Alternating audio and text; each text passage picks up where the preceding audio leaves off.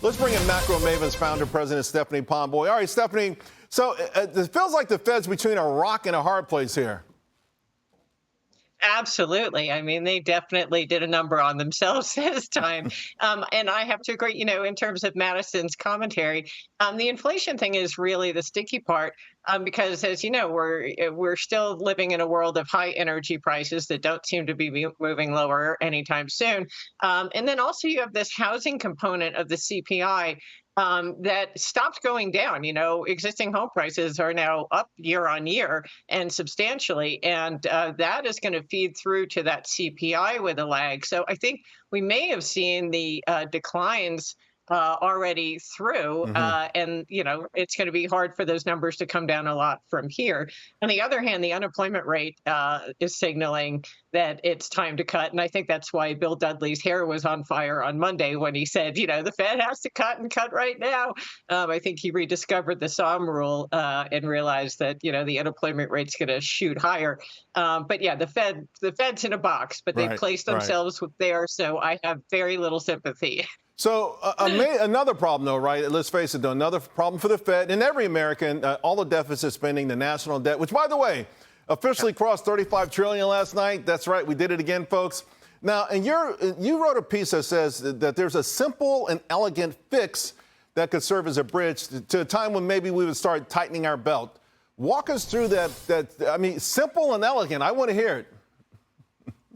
I know it sounds almost too good to be true, and I'm the last one to buy into those kind of ideas.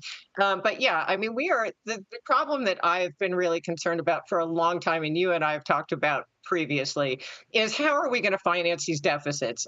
Obviously, we need to at some point get serious about reining in spending and reducing these deficits. Right now, neither political party seems to have any interest in doing that. And with the economy in its fragile state, whether you believe it's in recession now or headed there or not, clearly it's fragile. Now is not probably the time to impose the magnitude of discipline that it would take to get this budget under control. That said, we still have this massive problem where we're issuing $2 trillion plus in treasuries a year.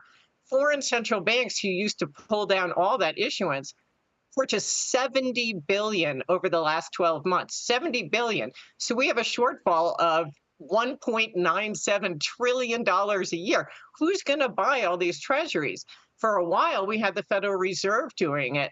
And my concern, as I've voiced to you many times, is that that's the only solution. The Fed is going to have to go back to monetizing treasuries with all the dollar debasing inflationary consequences of it.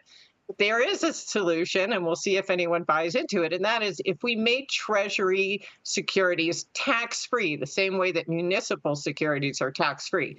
Right now, if you buy treasuries, the interest that you receive is taxed at the federal level, not the state and local level, but you do pay federal taxes. Right. If we did away with that, you would generate a huge new source of demand for treasuries as people took advantage of the tax-exempt status. So you'd create domestic demand for treasuries rather than relying on foreign central banks and the Federal Reserve to finance these deficits. And if you do go through the math, it actually costs nothing because as the demand for treasuries increases, the decline in interest rates and treasury interest rates lowers the debt service so much. As you said, we're at 35 trillion. A 1 percentage point decline in treasury yields wipes out $350 billion of debt service.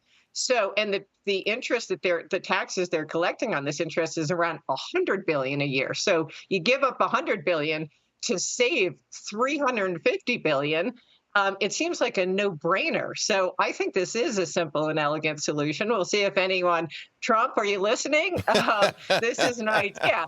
And again, it's not to get around tackling the budget. We need to do that. Now is probably not the time, and it still won't solve the issue of how we finance it. We could bring the deficit down to 1 trillion.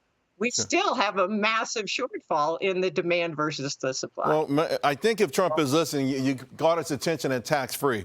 It is an interesting plan, Stephanie. We're going to be floating that around, and if you don't mind, I'll float it around this week with a lot of our guests. Thank you so much.